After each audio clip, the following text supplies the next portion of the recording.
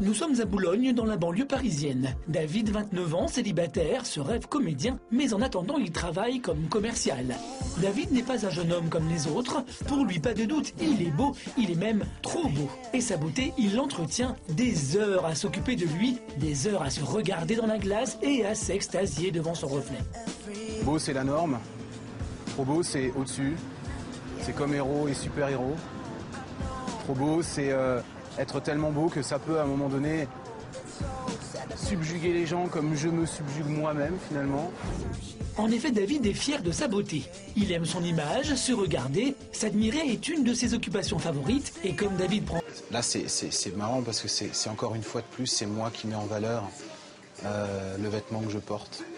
Je commence à me demander si je devrais pas être mannequin. David est narcissique et l'assume complètement. Ce que je ressens quand je me regarde, c'est une sensation d'être à l'aise avec mon physique. Le simple fait de me regarder, je me sens bien, je me sens mieux. Que ce soit au boulot ou ailleurs, j'ai toujours des miroirs à côté de moi ou des photos. David a le sentiment d'être hors norme, mais sa beauté ne lui rend pas toujours la vie facile. Tu as la beauté et tu as, on va dire, la super beauté, justement. Et être trop beau en devient presque un inconvénient, si tu veux. Quand tu es trop beau, ça veut dire que tu as quelque chose à cacher.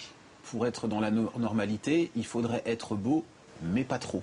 Quand je cherchais du travail, j'ai été victime, et je le sentais très bien, de délit de faciès par rapport au patron, au futur patron que je voulais avoir, à mon employeur, mon futur employeur. Valable aussi dans mes relations avec les filles.